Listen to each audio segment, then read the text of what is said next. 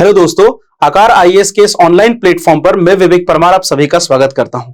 हाल ही में आपने एक टर्म का नाम सुना होगा, बिपरजॉय, है ना। ये काफी कहर मचा चुका है अभी तक इंडिया में, और ये एक तूफान, ये चक्रवात या साइक्लोन आप जो कह लीजिए, ये काफी न्यूज में है। तो आज के इस लेक्चर में हम जानेंगे कि इसका रूट क्या है, ये बना कहां है, इसका मतलब क्या है, और सबसे इंपॉर्टेंट चीज हम ये देखेंगे आखिर इन तूफानों के नाम रखे कैसे जाते हैं और दुनिया में ये और अलग अलग जगह किस नाम से जाने जाते हैं। इस लेक्चर में आज ये सारी चीजें हम जानेंगे। तो सबसे पहले देखिए, मैं आपको एक बेसिक चीज बता देता हूं, बिपरजॉय का मतलब क्या होता है। तो देखिए, एक बेसिक चीज है, बिपरजॉय जो है, इसको बिल्कुल हम लोग ये बिपरजॉय जिसको पढ़ते हैं बिपरजॉय है, इसका मतलब होता है डिजास्टर। हिंदी में अगर हम कहें तो आपदा, इसको आपदा कहते हैं।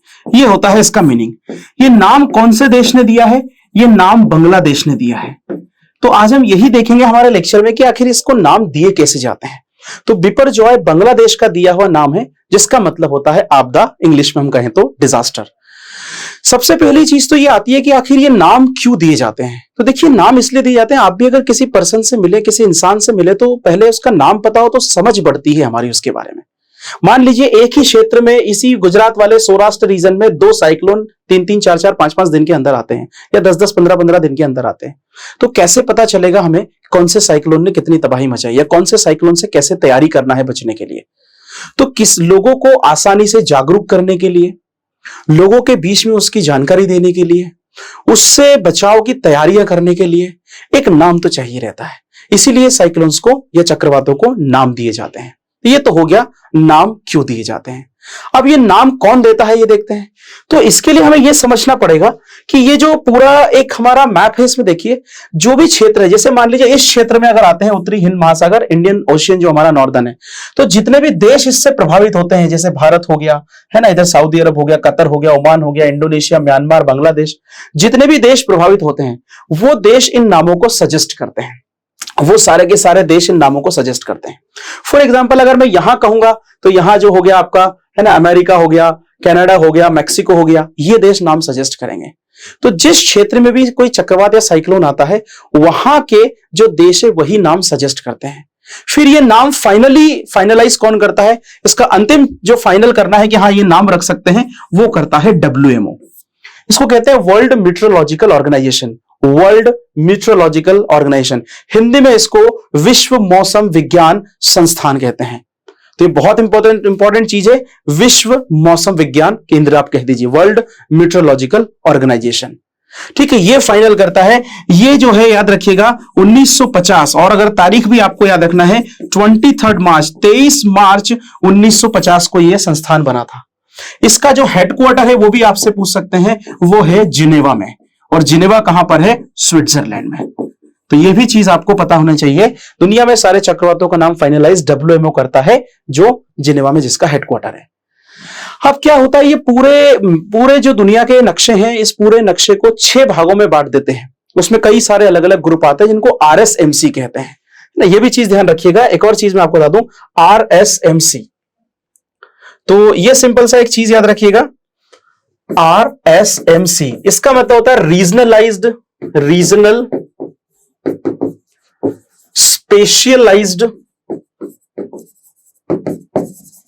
Meteorological centre. ऐसे टोटल 6 सेंटर हैं अलग अलग रीजन के। रीजनल स्पेशलाइज्ड मीटरोलॉजिकल सेंटर, जिसको हम कह सकते हैं क्षेत्रीय विशिष्ट मौसम विज्ञान केंद्र। ऐसे 6 केंद्र हैं, इसमें कई सारे देश आते हैं। ये पूरी दुनिया में 6 ही केंद्र हैं। ये इन नामों की एक लिस्ट तैयार करते हैं। जो देश प्रभावित हुए उनने लिस्ट दिया, वो हर एक RSMC में कई सारे देश होते हैं, फिर वो नाम वर्ल्ड मेट्रोलॉजिकल ऑर्गेनाइजेशन फाइनल करता है।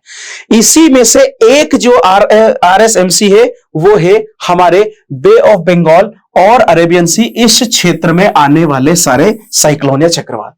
तो एक RSMC जो है वो यहां पर है, और उसका हेडक्वार्टर जो है वो हमारा यहां पर है नई दिल्ली में, और उसको कहते हैं IMD, इंडियन मीटरोलॉजिकल डिपार्टमेंट। आपने कई बार ये नाम न्यूज़पेपर्स में सुना होगा। इंडियन मीटरोलॉजिकल डिपार्टमेंट, भारतीय मौसम विज्ञान संस्थान जो है, इसकी स्थापना 1875 में हुई थी। याद रखिएगा 15 जनवरी 1875 आप याद रख सकते हैं। इसमें यह आईएमडी बना। इसका जो हेडक्वार्टर है वो नई दिल्ली में है, जिसको मौसम भवन कहते हैं। ये लोधी रोड नई दिल्ली में है। तो ये है हमारे वाले इस पूरे क्षेत्र में अगर कहीं भी कोई साइक्लोन आएगा, उसका नाम का पूरा का लेखा जोखा आईएमडी के पास होगा। अब कैसे ये नाम रखे जाते हैं, तो देखिए मैं आपको बताता हूं कैसे ये नाम रखे जाते हैं। तो इसके लिए एक बेसिक सी चीज है, याद रखिएगा। जो इस पूरे आरएसएमसी जो हमारा वाला है, जिसको हम कहते हैं बे ऑफ बंगाल और अरेबियन सी, बंगाल की खाड़ी और अरब सागर वाला जो आरएसएमसी है, इसमें 13 देश शामिल हैं। 2019 में 5 देश जोड़े, पहले 8 थे। तो कितने हैं हमारे वाले आरएसएमसी में, कितने देश हैं? याद रखिएगा सभी लोग, 13 कंट्रीज, 13 देश हैं। तो 2000 में ये फॉर्मूले पे एग्रीमेंट हुआ और 2004 से नाम देना शुरू हो गया। तो इन 13 देश को अल्फाबेट में अरेंज कर लिया जाता है। अल्फाबेटिकली इनको अरेंज कर लिया था। कैसे?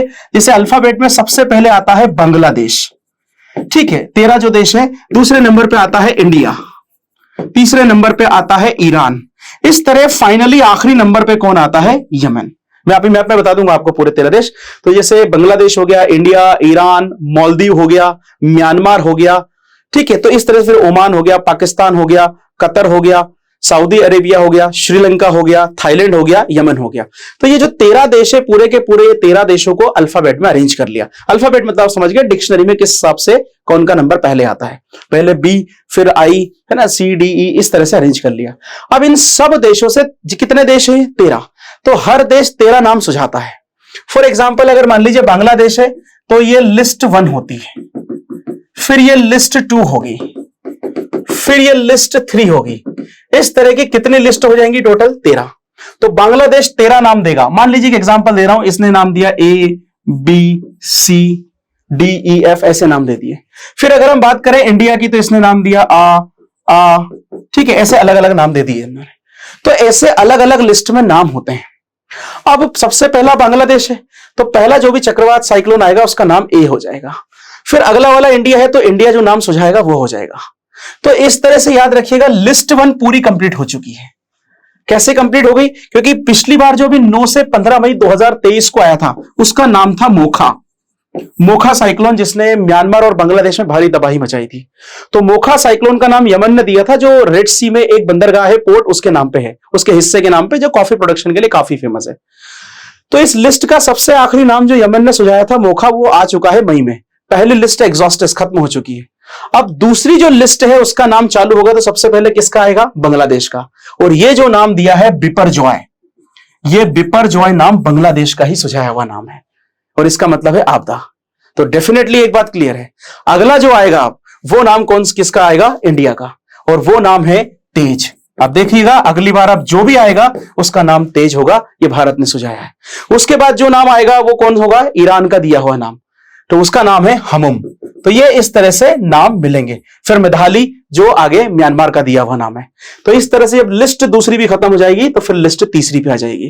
तो टोटल 13 देश है और 13 ही ऐसी लिस्ट है। तो टोटल 169 कंट्रीज हैं ऐसे, जो 169 ऐसे नाम है जो हमारे आईएमडी के पास रखे हुए हैं।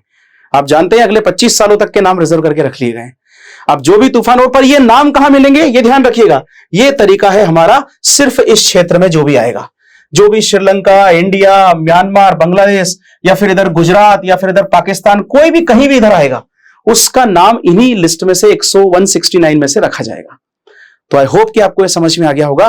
पूरे 13 देश को बनाइएगा, हर देश 13 नाम देता है, टोटल 169 नेम से अल्फाबेट में कंट्रीज को अरेंज कर दीजिए उन देशों को, और बस वो नाम खत्म होते चले जाएंगे, आगे बढ़ते चले जाएंगे। अभी पहली लिस्ट खत्म हो चुकी है। अब बांग्लादेश का दिया हुआ नाम बिपरजॉय रखा गया है, अगला भारत का होगा तेज। भारत ने कई नाम सुझाए, जैसे जो भी आगे आने वाले, गति तो आ चुका है, तेज, फिर इसके बाद मुरासू, जो एक ड्रम होता है तमिलनाडु में जिसका मीनिंग, फिर मुरासू के बाद जब भी इंडिया का नंबर आएगा तो फिर वो अगला आएगा आग पे, फिर नीर, फिर प्रभंजन, फिर धुरनी, ऐसे कई सारे नाम इंडिया ने सुझाए हैं। ठीक है, तो ये तो हो गया आपको क्लियर नाम से रिलेटेड। एक चीज और मैं आपको बता दूं, बहुत इंपॉर्टेंट चीज है, जो अभी जो बिपरजॉय आया है, आपको पता है आज जब मैं ये वीडियो बना रहा हूं 16 तारीख, ये गुजरात, ये राजस्थान में एंटर कर चुका है। तो ये देखिए इसकी एक चीज की कहां से बना है, ये यहां से बना हुआ है, ये अरब सागर में बना हुआ, और ये ऐसे जा रहा था कराची की तरफ, दिस इज कराची, यहां इसका पहुंचना था। लेकिन इसने अपना रूट चेंज किया 14 को, और जो ये इस तरफ चला गया, याद रखिएगा ये कराची ना जाते हुए यहां से एंटर कर गया इस जगह। तो इस पूरे रीजन में इसका इंपैक्ट देखने को मिल रहा है, याद रखिएगा। अब अगर मैं देखूं तो ये ऊपर वाला कच्छ रीजन है, ये कच्छ रीजन में एंट्री कर गया। इसका एक पोर्ट है यहां पर जुखा पोर्ट, तो ये जुखा पोर्ट से टकराया है और कच्छ रीजन में इसने बहुत ज्यादा तबाही मचाई। अभी तक की अभी तक जब मैं वीडियो बना रहा हूं 16 तारीख को, अभी तक इसमें 2 मौतें और 22 लोग घायल हो चुके हैं, है ना। इंडियन एक्सप्रेस के एक आर्टिकल के अनुसार अगर मैं कहूं तो जुखा जो कच्छ रीजन का है, यहां से 37 से 38 हजार लोगों को इवैक्यूएट करके सुरक्षित जगह पहुंचा दिया गया है। साथ ही इसका प्रभाव यहां भी मिलेगा, ये जो सौराष्ट्र रीजन है यहां पर, इस पर्टिकुलर जगह यहां पर आपको मिलेगा जहां देवभूमि द्वारका है। इसके नीचे अगर मैं आ जाऊं तो यहां भी पोरबंदर में इसका प्रभाव मिलेगा। इसके थोड़ा आगे जाऊं तो ये जामनगर में भी इसका प्रभाव मिलेगा। यहां आ जाऊं तो इसका राजकोट में प्रभाव मिलेगा। इधर आ जाऊं जूनागढ़ में प्रभाव मिलेगा, आगे मोरबी में प्रभाव मिलेगा। 8 जिले बहुत ज्यादा प्रभावित हुए। लगभग इन पूरे गुजरात के अगर वो 8 जिलों की बात करूं तो लगभग 1 लाख लोगों को सुरक्षित निकाला जा चुका है दूसरी जगह। तो उस फिर और आगे अगर मैं चलूं तो थोड़ा सा अभी राजस्थान में बाड़मेर और जालोर आप पढ़ लेंगे न्यूज में शायद, क्योंकि अभी तो ये चल रहा है इसका इंपैक्ट। हो सकता है आगे आपको मिले। जालोर और बाड़मेर यहां के लोगों को भी सुरक्षित इवैक्यूएट किया गया है। यहां भी ये बहुत, हालांकि इसकी स्पीड कम हो गई है। जब गुजरात में एंटर किया था तो इसकी स्पीड 135 से 140 किलोमीटर प्रति घंटा थी, जो कि गंभीर श्रेणी का साइक्लोन माना जाता है। अब जबकि आगे बढ़ गया, अब 69 से 70 किलोमीटर रह गई है। हो सकता है एक दिन में इसका प्रभाव खत्म हो जाए। आप शायद जब भी देखो तो 17 तारीख तक शायद इसका प्रभाव पूरी तरह से खत्म भी हो जाए। लेकिन इसके साथ क्योंकि ये यहां बनता है ओशन में, तो काफी नमी भी लेकर आता है, तो ये बारिश भी बहुत करता है, हेवी रेनफॉल। अब जब हवाओं की स्पीड 135-40 होगी तो जाहिर सी बात है बड़े बड़े अच्छे पेड़ भी पूरे अपनी जगह से डिस्ट्रॉय हो जाएंगे, उखड़ जाएंगे पेड़। कच्ची पक्की जो सड़कें होती है वो भी इससे डिस्ट्रॉय होती है। कम्युनिकेशन लाइन ब्रेकडाउन हो जाती है ना। जो इलेक्ट्रिक पोल्स, इलेक्ट्रिक लाइन सब खत्म हो जाता है, कम्युनिकेशन लाइंस बर्बाद हो जाता है ना। तो ये तो धीरे धीरे जब पूरा इसका डेटा आ जाएगा तो हम बताएंगे। अभी तो इसका इंपैक्ट है, तो कहां बना है, किधर जा रहा था, किधर चेंज हुआ। गुजरात और राजस्थान में इसका असर देखने को मिलेगा, और राजस्थान से सटे मध्य प्रदेश के कुछ नीमच रतलाम में हल्का फुल्का असर देखने को मिल सकता है।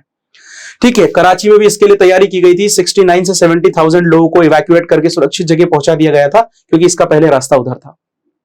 तो ये है बिपरजॉय के बारे में जो अभी तक की खबरें हैं। एक चीज और बता दूं, कभी भी इनका नाम रखा जाता है तो 4 से 5 चीजों का ध्यान रखा जाता है।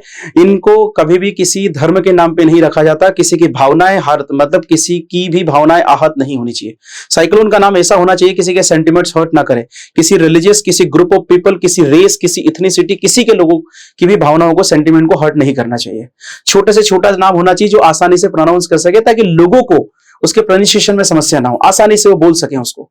वो एक और बहुत इंटरेस्टिंग चीज, 8 लेटर से ज्यादा उस नाम में नहीं होने चाहिए। कोई बहुत बड़े पॉलिटिकल फिगर या कोई किसी एक बहुत बड़े किसी इंसान के नाम पे उसका नाम नहीं रखना चाहिए जो काफी चर्चित चेहरा है। तो इन चीजों का ध्यान रखा जाता है नाम रखने में। तो ये बिपरजॉय का पूरा वो है। ठीक है, इसमें कितनी स्पीड है। एक आखिरी चीज हो रहा है, 63 किलोमीटर प्रति घंटे की रफ्तार से अगर कोई साइक्लोन चलता है तो ही उसका नाम रखा जाता है। 63 किलोमीटर पर आवर मतलब 63 किलोमीटर प्रति घंटे से अगर कम रफ्तार होती है तो फिर उसका नाम नहीं रखा जाता है, उससे ज्यादा में ही नाम रखा जाता है। और 221 किलोमीटर प्रति घंटे की रफ्तार से भी अगर ज्यादा चलता है, जो कि मोखा था, जो अभी मई में आया था बांग्लादेश और म्यांमार में, तो उसको सुपर साइक्लोन या सुपर चक्रवात कहा जाता है। तो आज के लेक्चर में इतना ही। मिलेंगे एक और इंपॉर्टेंट जानकारी के साथ अगले लेक्चर में। तब तक के लिए धन्यवाद। Thank you so much. Good day.